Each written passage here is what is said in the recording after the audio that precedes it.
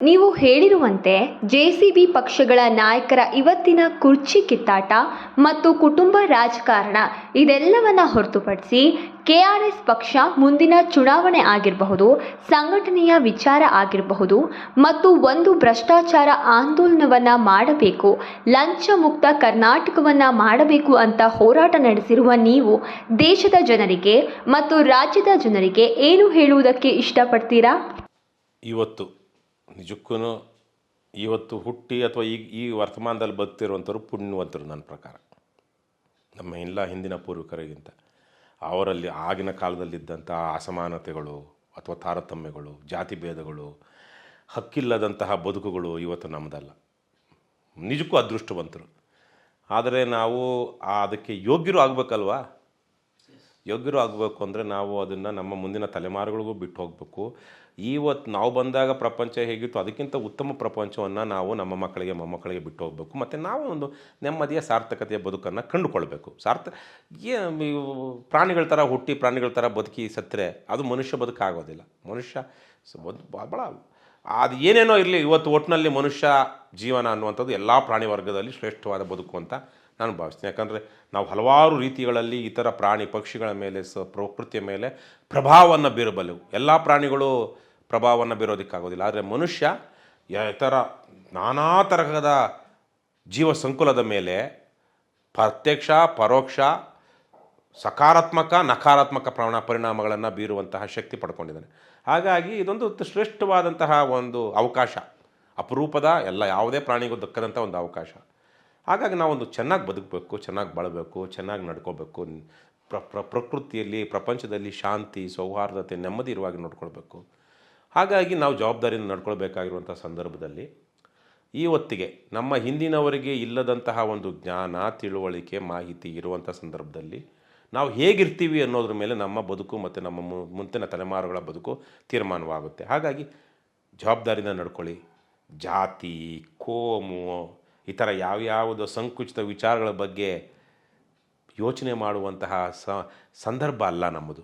ನಾವು ಇವತ್ತು ನಿಜಕ್ಕೂ ವಿಶ್ವಮಾನವ, ಕುವೆಂಪು ಅವರು ಹೇಳಿದಂಥ ವಿಶ್ವಮಾನವ ಪ್ರಜ್ಞೆಯನ್ನು ಬೆಳೆಸ್ಕೊಳ್ಬೇಕಾಗಿದೆ. ಇಡೀ ಪ್ರಪಂಚಾದ್ಯಂತ ನಾವೇ ಅಲ್ಲ ಬೆಳೆಸ್ಕೊಳ್ಬೇಕಾಗಿದೆ. ಆದರೆ ಅದಕ್ಕೊಂದು ನಡೆದು ತೋರಿಸ್ಬೇಕಲ್ವ. ಭಾರತೀಯರಿಗಿಂತ ಭಾಳ ಅದಕ್ಕೆ ದೊಡ್ಡ ಮಟ್ಟದಲ್ಲಿ ತೋರಿಸಬಲ್ಲಂತಹ ಜನ ಇನ್ನಿದ್ದಾರೆ ಅಂತ ನನಗನ್ನಿಸಿಲ್ಲ. ಯಾಕಂದರೆ ನಮ್ಮ ಪರಂಪರೆ ಆ ರೀತಿ ಶ್ರೇಷ್ಠವಾದ ಪರಂಪರೆ ಇದೆ. ನಮ್ಮ ಪರಂಪರೆ ಆ ಥರಕ್ಕಿದೆ. ನಮ್ಮ ಪರಂಪರೆಯಲ್ಲಿ ಅಂತಹ ಹತ್ತಾರು ಉದಾಹರಣೆಗಳು ಮತ್ತು ಸಂದರ್ಭಗಳು ನಮಗೆ ಸಿಕ್ಕಿವೆ. ಈ ಹಿನ್ನೆಲೆಯಲ್ಲಿ ನಾನು ಕೇಳ್ಕೊಳ್ಳೋದು, ದಯವಿಟ್ಟು ಪ್ರಜಾಪ್ರಭುತ್ವವನ್ನು ಅರ್ಥ ಮಾಡ್ಕೊಳ್ಳಿ. ನಿಮ್ಮ ಓಟಿನ ಮಹತ್ವವನ್ನು ಅರ್ಥ ಮಾಡ್ಕೊಳ್ಳಿ. ಈ ಪ್ರಜಾಪ್ರಭುತ್ವದಲ್ಲಿ ರಾಜಕಾರಣ ಶ್ರೇಷ್ಠವಾದದ್ದು ಅನ್ನೋದನ್ನು ತಿಳ್ಕೊಂಡು ರಾಜಕಾರಣದಲ್ಲಿ ಯೋಗ್ಯರಿರಬೇಕು. ಆ ಯೋಗ್ಯರನ್ನು ಆಯ್ಕೆ ಮಾಡುವಂಥ ಜವಾಬ್ದಾರಿ ನಮ್ಮದು ಅನ್ನೋದನ್ನು ತಿಳ್ಕೊಳ್ಳಿ. ಹಣಕ್ಕೆ ಹೆಂಡಕ್ಕೆ ಮಾರು ಹೋಗಬೇಡಿ. ಜಾತಿ ಕೋಮುಗಳನ್ನು ನೋಡಿಕೊಂಡು ಯಾರನ್ನ ಗೆಲ್ಲಿಸ್ಬೇಕು ಯಾರನ್ನ ಸೋಲಿಸ್ಬೇಕು ಅಂತ ತೀರ್ಮಾನ ಮಾಡಿಬಿಡಿ. ಸತ್ಯ ನ್ಯಾಯ ನೀತಿ ಧರ್ಮ ಇಷ್ಟನ್ನು ಗಮನಿಸಿ ಆ ರೀತಿಯಲ್ಲಿ ಆಯ್ಕೆ ಮಾಡಿ. ಬದಲಾವಣೆ ಖಂಡಿತ ಆಗ್ತಾ ಇದೆ. ಮತ್ತು ಕಳೆದ ಒಂದು 20-30 ವರ್ಷದಲ್ಲಿ ನಮ್ಮ ಇಡೀ ಸಾಮಾಜಿಕ ಮೌಲ್ಯಗಳಲ್ಲಿ ನಮ್ಮ ಬದುಕಿನಲ್ಲಿ, ನಮ್ಮ ವ್ಯಕ್ತಿಗತ ಬದುಕಿನಲ್ಲಿ, ಸಾಮಾಜಿಕ ಮೌಲ್ಯಗಳಿಗಿಂತ ವ್ಯಕ್ತಿಗತ ಬದುಕಿನಲ್ಲಿ ನಾವು ಕೆಲವೊಂದು ಅಪಮೌಲ್ಯಗಳಿಗೆ ಮಾರು ಹೋಗಿಬಿಟ್ಟಿದ್ದೀವಿ. ದುಡ್ಡಿದ್ದವನೇ ದೊಡ್ಡಪ್ಪ, ತಲೆ ಕಡ್ದಾದರೂ ಸರಿ ದುಡ್ಡು ಮಾಡಬೇಕು, ಹೆಂಡ ಮಾರಾದರೂ ಸರಿ ದುಡ್ಡು ಮಾಡಬೇಕು, ಡ್ರಗ್ಸ್ ಮಾರಾದರೂ ಸರಿ ದುಡ್ಡು ಮಾಡಬೇಕು, ಕೊಲೆ ಮಾಡಿ ಸುಪಾರಿ ಕೊಲೆ ಮಾಡಿ ದುಡ್ಡು ಮಾಡಬೇಕು, ನಾನಾ ತರಹದ್ದು.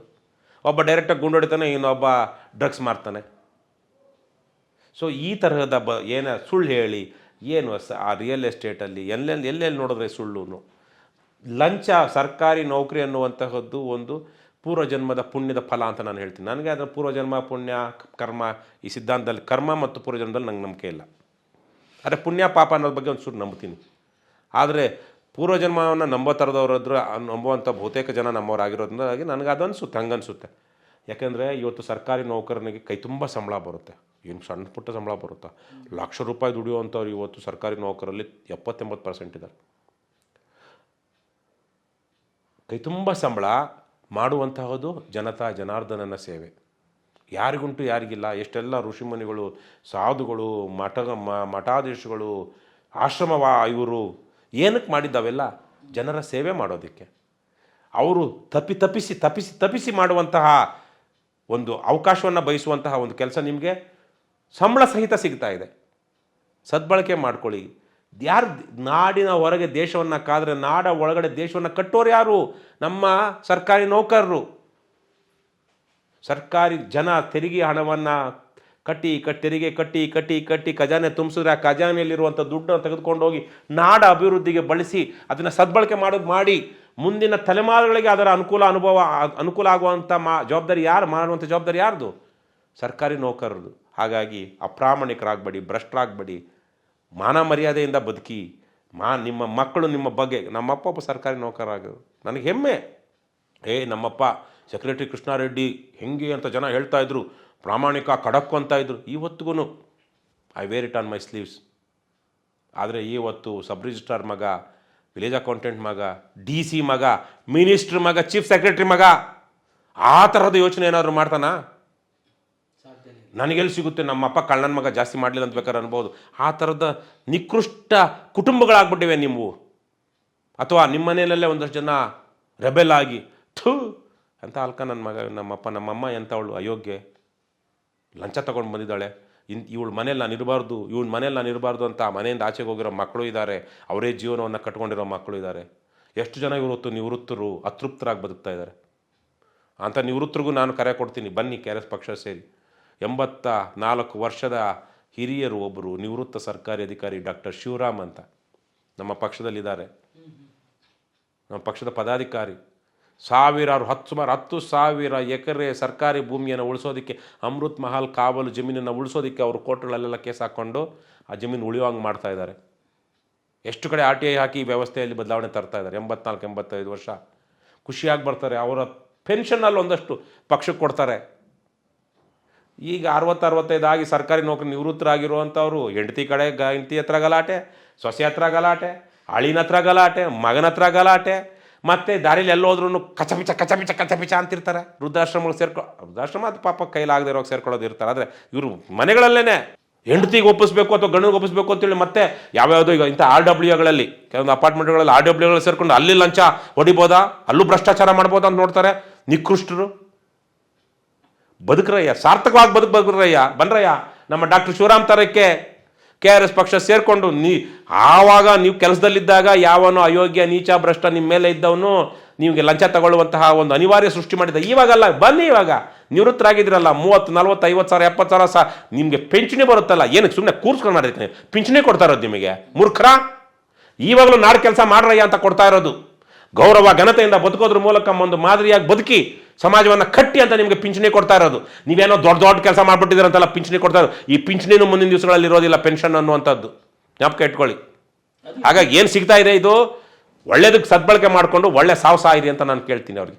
ನಿವೃತ್ತರಿಗೆ ನಾನು ನೋಡ್ತೀನಲ್ಲ ಪಾರ್ಕ್ಗಳಲ್ಲಿ ಅಲ್ಲಿ ಇಲ್ಲಿ ಮೂರ್ಖ ಹವ್ಯಾಸಗಳು, ಚಟಗಳು, ಯಾವ್ಯಾವುದೋ ಕ್ಲಬ್ಗಳಿಗೆ ಹೋಗೋದು, ಮೂರ್ಖರ ಜೊತೆ ಸಹವಾಸ ಮಾಡಿ ಇಲ್ಲಿ ತನಕ ಮಾಡದೇ ಇರೋ ಹವ್ಯಾಸಗಳೆಲ್ಲ ಕಲ್ತ್ಕೊಂಡ್ಬಿಡ್ತಾರೆ ನಿವೃತ್ತರಾದ ಮೇಲೆ.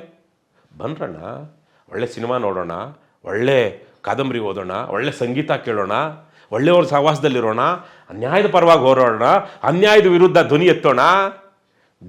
ಪ್ರತಿಯೊಂದು ದಿವಸನೂ ಸಜೀವವಾಗಿ ಬದುಕಿ, ಜೀವಂತವಾಗಿ ಬದುಕಿ, ಅರ್ಥಪೂರ್ಣವಾಗಿ ಬದುಕಿ.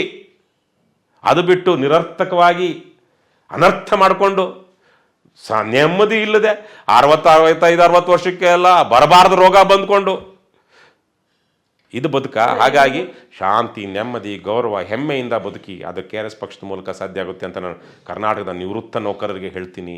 ಅದೇ ರೀತಿಯಲ್ಲಿ ಜನರಿಗೂ ಅಷ್ಟೇ ನಗನಗ್ತಾ ಬದುಕಿ, ಸಂತೋಷದಿಂದ ಬದುಕಿ ಇರುವುದೇ. ನಮಗೆ ಭಾಳ ಜನ ಮೋಸ ಮಾಡಿದ್ದಾರೆ, ಅವಮಾನ ಮಾಡಿದ್ದಾರೆ, ಭ್ರಮನಿರಸನ ಮಾಡಿದ್ದಾರೆ ನಮ್ಮ ಹಿರಿಯ ರಾಜಕಾರಣಿಗಳು, ನಮ್ಮ ನಾಯಕರುಗಳು. ಹಾಗಂತೇಳಿ ಈಗ ಮಕ್ಕಳು, ಎಷ್ಟು ಜನ ಮಕ್ಕಳು ತಂದೆ ತಾಯಿನ ಅವರ ಹಿರಿಯ ವಯಸ್ಸಿನಲ್ಲಿ ನೆಮ್ಮದಿಯಿಂದ ನೋಡ್ಕೊಳ್ತಾರೆ, ಗೌರವದಿಂದ ನೋಡ್ಕೊಳ್ತಾರೆ. ಹಾಗಂತೇಳಿ ನಾವೇನು ಮಕ್ಕಳು ಹುಡ್ಸೋದು ನಿಲ್ಲಿಸ್ಬಿಟ್ಟಿದ್ದೀವ? ನಮ್ಮ ಮಕ್ಕಳು ನಮಗೆ ಪ್ರೀತಿ ಕೊಡ್ತಾರೆ, ನಮ್ಮ ಮಕ್ಕಳು ನಮ್ಮನ್ನು ಚೆನ್ನಾಗಿ ನೋಡ್ಕೊಳ್ಬಹುದು. ನಮ್ಮ ಮಕ್ಕಳು ಆ ಏನೋ ಒಂದು ಎಮೋಷ್ನಲ್, ನಾನು ನಮ್ಮ ಅಪ್ಪ ಅಮ್ಮನಿಗೆ ನೋಡ್ಕೊಳ್ಳಿಲ್ಲ ಅಂದರು ನನ್ನ ಮಕ್ಕಳು ನನ್ನ ನೋಡ್ಕೊಳ್ಬಹುದು, ಆ ಒಂದು ಆಶಾವಾದದಲ್ಲಿ ತಾನೇ ನಾವು ಮದುವೆ ಆಗ್ತಾ ಇರೋದು. ಮದುವೆ ಆಗೋದೇನು ಬರೀ ಸೆಕ್ಸ್ ಮಾಡೋದಕ್ಕಾ? ಅದನ್ನ ಬೇಕಾದ್ರೂ ತೀರಿಸ್ಕೊಳ್ಬಹುದಲ್ವಾ? ಆದರೆ ಬಾಂಧವ್ಯ, ಒಂದು ನಮ್ಮ ಹೃದಯ ಮತ್ತು ಮನಸ್ಸುಗಳನ್ನು ಹಂಚಿಕೊಳ್ಳುವಂಥ ಇನ್ನೊಂದು ವ್ಯಕ್ತಿ ಬೇಕು. ಅದ್ರ ಜೊತೆಗೆ ಆ 2 ವ್ಯಕ್ತಿಗಳ ಸಮಾಗಮದಿಂದ ಬರುವಂಥ ಒಂದು ಉತ್ಪನ್ನ ಏನಿದೆ ಅದು ನಮಗೆ ಕೊಡುವಂಥ ಶಾಂತಿ, ಸಂತೋಷ, ಸಮೃದ್ಧಿ ಬೇಕು, ನೆನಪುಗಳು ಬೇಕು, ಮಧುರ ಸ್ಮೃತಿಗಳು ಬೇಕು. ಅವರು ಮುಂದಿನ ಯಾವತ್ತಾದರೂ ನಮಗೆ ಯಾರು ನಾವು ಏಕಾಂಗಿಗಳಾಗ್ತಾ ಹೋಗ್ತಿದ್ದಾಗ, ಯಾಕಂದರೆ ಏಕಾಂಗಿಗಳಾದ ತಕ್ಷಣಕ್ಕೆ ಯಾರು ಸಾಯಲ್ವಲ್ಲ, 80 ವರ್ಷ 90 ವರ್ಷ ಅಂತ ಬದುಕಿರುವಂಥ ಸಂದರ್ಭದಲ್ಲಿ ಪ್ರತಿದಿನ ಪ್ರತಿ ಕ್ಷಣವೂ ಅದೊಂದು ಏಕಾಂಗಿತನ ಅಥವಾ ಕೊರಗುವಿಕೆ ಆಗ್ಬಿಟ್ಟಾಗ ಯಾರೋ ಒಬ್ಬರು ಬರ್ತಾರೆ, ಎದುರು ನೋಡ್ಬೇಕಲ್ಲ, ಬಾಗಿಲು ತಗೊಂಡು ನನ್ನ ಮಗ ಬರ್ಬೋದು, ಮೊಮ್ಮಗ ಬರ್ಬೋದು, ಮೊಮ್ಮಗಳು ಬರ್ಬೋದು, ಏನೋ ಇರ್ಬೋದಲ್ಲ. ಹಾಗಾಗಿ ಅಷ್ಟು ಸುದೀರ್ಘವಾದ ಜೀವನ ಇರುವಂಥ ಸಂದರ್ಭದಲ್ಲಿ ಅದನ್ನು ಅರ್ಥಪೂರ್ಣವಾಗಿ ಬಳಸ್ಕೊಳ್ಳಿ. ಕೆಡಿಸ್ಕೊಂಡು ಬರೀ ದುಡ್ಡಿನ ಮೇಲೆ ನಿಮ್ಮ ಸಂಸಾರವನ್ನು ಕಟ್ಟಿಕೊಂಡು ದುಡ್ಡಿನ ಮೂಲಕ ನಾನೊಂದು ಘನತೆ ವ್ಯಕ್ತಿತ್ವನ ಪಡ್ಕೊಂಡಿದ್ದೀನಿ ಅಂತಂದರೆ ನಿಮ್ಮ ಮಕ್ಕಳು ನಿಮ್ಮನ್ನು ಅದೇ ರೀತಿಲಿ ನೋಡ್ತಾರೆ. ನಮ್ಮಪ್ಪ ಇವಾಗ ದುಡಿಯೋದು ಬಿಟ್ಟ, ನಾನು ಅವನಿಗಿಂತ ಜಾಸ್ತಿ ದುಡಿತೀನಿ, ಅವ್ನ ದುಡ್ಡು ನನಗೆ ಬೇಕಾಗಿಲ್ಲ, ಇನ್ನೇನು ನನ್ನ ಮಗನಿಗೆ ಗೌರವ ಕೊಡೋದು ಅಪ್ಪ ಅಮ್ಮನಿಗೆ. ಅದೇ ಆಗಿರೋದು ಇವತ್ತು ಬಹುತೇಕ ಜನ. ಯಾಕೆಂದರೆ ನಾನು ಮಾಡಿದ್ದೀನಿ, ನಾನು ಕಟ್ಟಿದ್ದೀನಿ, ನಾನು ಬೆಳೆಸಿದ್ದೀನಿ ಅಂತಾರೆ. ಅವ್ರ ಮಕ್ಕಳು ಯಾವಾಗ ಇವ್ರಿಗಿಂತ ಚೆನ್ನಾಗಾದ್ರೂ ಆ ಭಾವನೆಗಳೇ ಇರಲ್ವಲ್ಲ. ಹಾಗಾಗಿ ಬದಲಾವಣೆ ಮಾಡ್ಕೊಳ್ಳಿ. ನಮ್ಮ ಇತಿಹಾಸ ನೋಡಿ, ಪರಂಪರೆ ನೋಡಿ, ಒಂದು ಸಾಮೂಹಿಕ ಬದುಕು, ಸಮುದಾಯದ ಬದುಕು ಕೊಡುವ ಸೌಂದರ್ಯ, ಸುಖವನ್ನು ಗಮನಿಸಿ ತುಂಬ ದೀರ್ಘಾಯುಷುಗಳಾಗ್ತಿರುವಂತಹ ಕಾಲ ಇದು.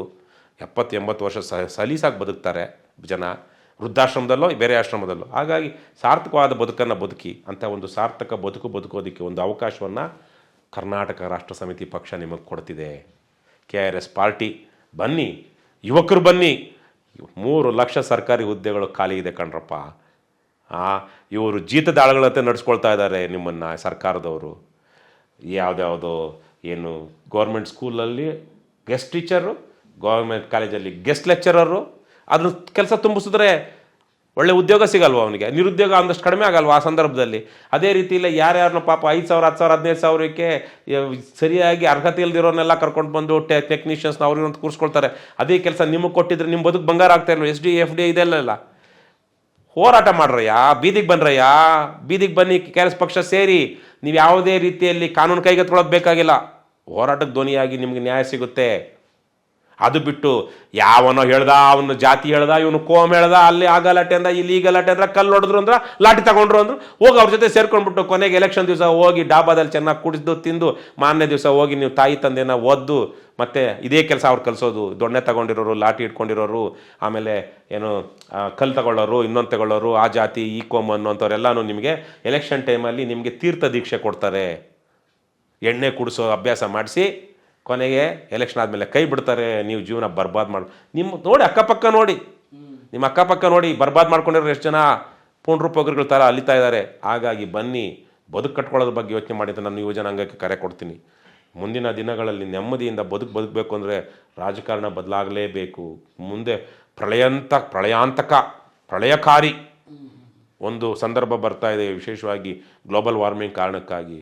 ಸಿದ್ಧವಾಗಬೇಕು ಅಂದರೆ ಇವತ್ತಿನಿಂದ ನಿಮ್ಮ ಮನಸ್ಥಿತಿಗಳು ಬದಲಾಗಬೇಕು. ಹಾಗಾಗಿ ನೀವು ಇವತ್ತು ಬದಲಾಗಲೇಬೇಕು. ಬನ್ನಿ, ಪ್ರಾಮಾಣಿಕವಾಗಿ ಬದುಕೋದಕ್ಕೆ ಅವಕಾಶ ಇದೆ. ಬರೀ ದುಡ್ಡಲ್ಲೇ ಇನ್ನೊಂದರಲ್ಲೇ ಹೋಗ್ತಾ ದಾರಿಲಿ ಹೋಗ್ತಿರೋ ಕುಸಿದು ಬಿದ್ದು ಸಾಯ್ತಾ ಇದ್ದಾರೆ ಎಷ್ಟೋ ಕಡೆಗಳಲ್ಲಿ. ಈಗ ಹಿಂದೆಂದಿಗಿಂತ ಜಾಸ್ತಿನೇ ಆಗ್ತಾ ಇದೆ. ಅದಕ್ಕೆ ಬೇರೆ ಬೇರೆ ಕಾರಣಗಳು ಇರಬಹುದು.